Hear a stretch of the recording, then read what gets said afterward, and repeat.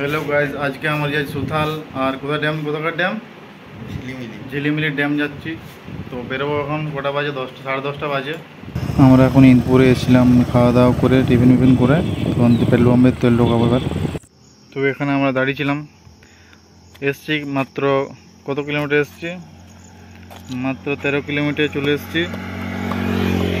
এখন অনেকটা পথ বাকি যাওয়া, দুজনে যাচ্ছি।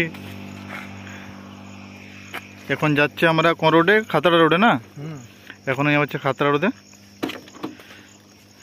আগে গিয়ে দেখা হচ্ছে।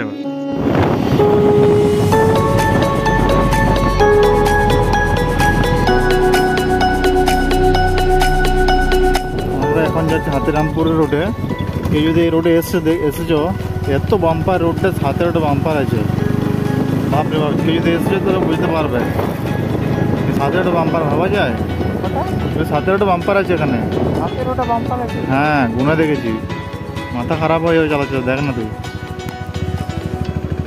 তো গাছ দেখতে পাচ্ছ এখানে আদিবাসীরা রোড অবরোধ করেছে, সবাই দাঁড়িয়ে আছে এখানে, পুলিশ সব এসছে, যেতে দিচ্ছে না এখানে, দাঁড়িয়ে থাকতে হবে এখানে, দেখি কোথাও দাঁড়িয়ে থাকি এখানে।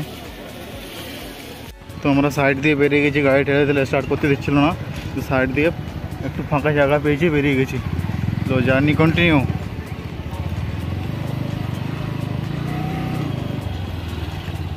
ভাই সাহেব আগে দিয়ে গিয়ে আবার পথ অবরোধ হয়েছে এখানে, আবার হাঁটতে হবে মনে হচ্ছে এখান থেকে। তো বাইক ঠেলতে ঠেলতে যাচ্ছে এখন আমরা আবার। হ্যাঁ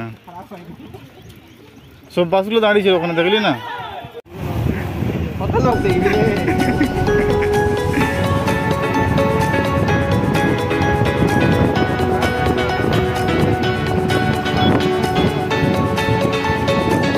আবার যদি আগে থাকে সামনে, যাই হোক মূল মুদ্রার তো জানা গেল। ওইখানে কেসটা হয়েছিল যে সামনে একটা কলেজ ছিল, ওখানে কলেজে একটা মহিলার উপর নাকি অত্যাচার হয়েছিল আদিবাসীদের, অবশ্য আমরা আদিবাসী, তো অত্যাচার হয়েছিল সেই জন্য অবরোধ করা হয়েছে, যে অত্যাচার কেন করবে এই অন্যায় পথ অবরোধ করা হয়েছিল। ওরা দরকার প্রশাসন কিছু করছে না, তো নিজেদেরকে আওয়াজ ওঠাতে হবে নাকি।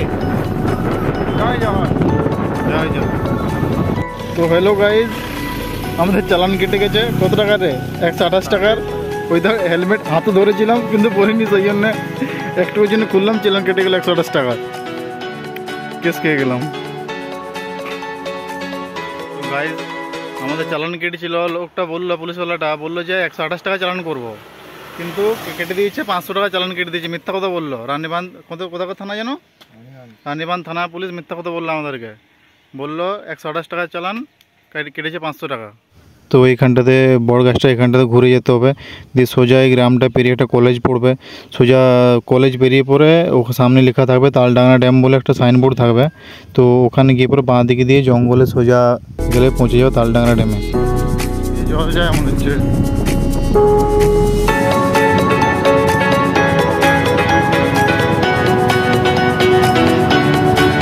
তো গাইস এটা হচ্ছে তালবেড়িয়া ড্যাম, এখানে এটা হচ্ছে লোকেশন এটা, এখানে আমরা চান করছিলাম। ডিপ কতটা আছে? ভালো ডিপ আছে, অনেক ডিপ আছে না, অনেক ডিপ আছে। এটা পাহাড়ের উপরটা দেখাচ্ছি, পাহাড়ে গিয়ে পরে এবার।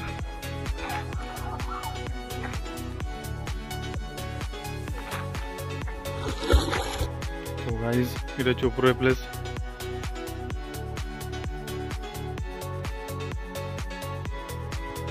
এখানে বসার জায়গা আছে, এখন তো পুরো ফাঁকা হয়ে গেছে, আগে অনেক লোক ছিল, এগুলো তো পুরো গাড়িতে ভর্তি ছিল যখন এসেছিলাম। তো ভিডিও তখন করতে পারিনি, ফোনে তো হিট হয়ে গেছিলো, ফোন কাজই করছিল না কিছু। এটা বর্ষার সময় পুরো এতটা পর্যন্ত জল থাকে, গাছ বেরিয়ে গেছে এখানে। বোটিং করার জন্য বোট আছে ওইদিকে, ওই সাইডে দেখাচ্ছে একটু পরে। তো এখান থেকে বেরিয়ে যাচ্ছে এবার আমরা, এখানে বোটিং করা হয়, এখানটাতে বসার জায়গা আছে, প্লেস এই দিক দিয়ে যাবো আমরা, ডাউন দিক দিয়ে, জঙ্গলে জঙ্গল চারদিকে।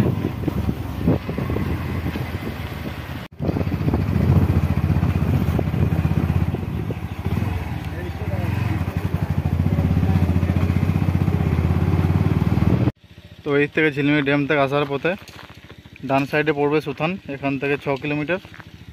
এই দিকে যাবো আমরা, গিয়ে পরে দেখাচ্ছি। এই দিক দিয়ে চলে যাবে সোজা খাতড়া, সোজা এদিকে রোডটা সুথান চলে যাচ্ছে।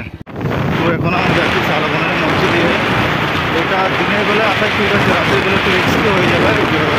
পশু পাখি, বহুত পাখি নয়, ওই জন্তু জানোয়ার থাকতে পারে, তারপর জানি না আর কিছু তো হতে পারে।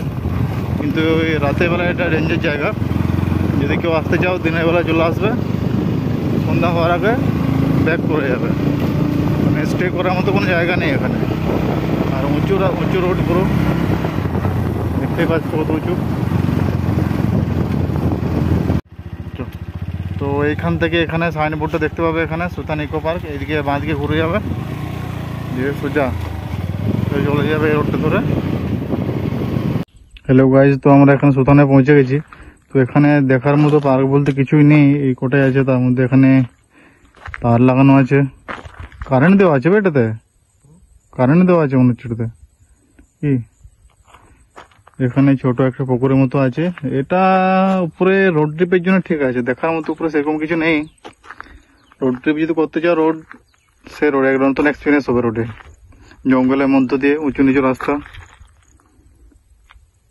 বুঝবে। দেখার মতোই তো কিছু পেলাম না এখানে, দেখি আগে কিছু দেখতে পাই তো। চলো।